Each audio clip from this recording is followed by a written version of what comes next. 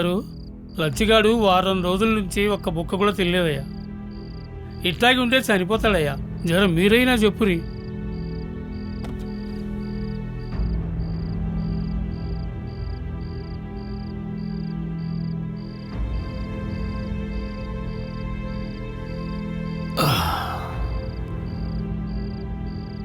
లచ్చి, ఈ భూమి మీద పుట్టిన ప్రతి జీవి చచ్చిపోవలసిందేరా. రేపో మాపో నేను పోవలసిందేరా. ఎవ్వరు ఉండరు. కాకపోతే ముందు వెనక పల్లవికి ముందొచ్చింది. ఏం చేస్తాం? నీ బాధను దిగమింగి 4 మెతుకులు మింగరా. అన్నం తినడం మాని బలవంతంగా చేస్తే ఆ దేవుడు కూడా క్షమించడ్రా.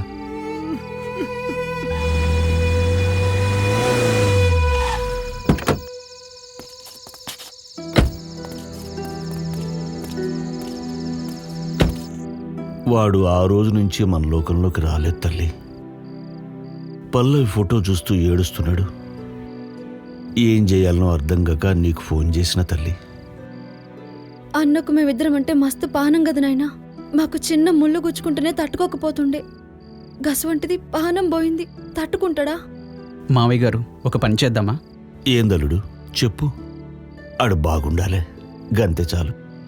లచ్చన్న ఇక్కడే ఉంటే పల్లవి జ్ఞాపకాలు ఎక్కువ అవుతాయి. మామూలు మనిషి కాలేడు.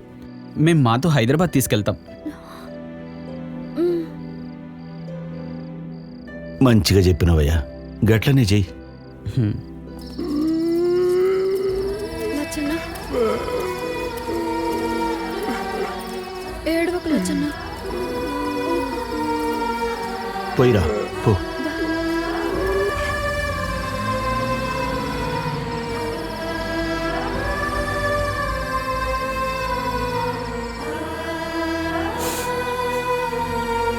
లచ్చన్న,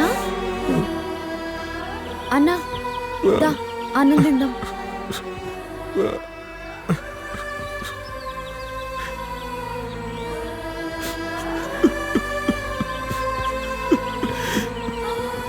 ఏమైంది?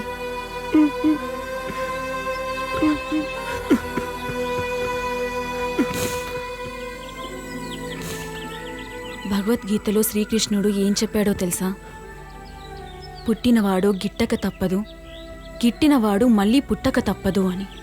అంటే మీ చెల్లి మళ్ళీ పుడుతుంది. మీ సహస్ర కడుపులో పుడుతుందేమో.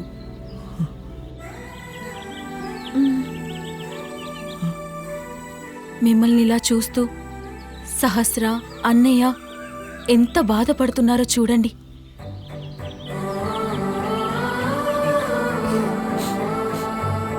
పోయిన చెల్లి గురించి బాధపడాలి, కాదనను. కానీ ఉన్న చెల్లిని ఇలా బాధ పెడతారా? ఆలోచించండి.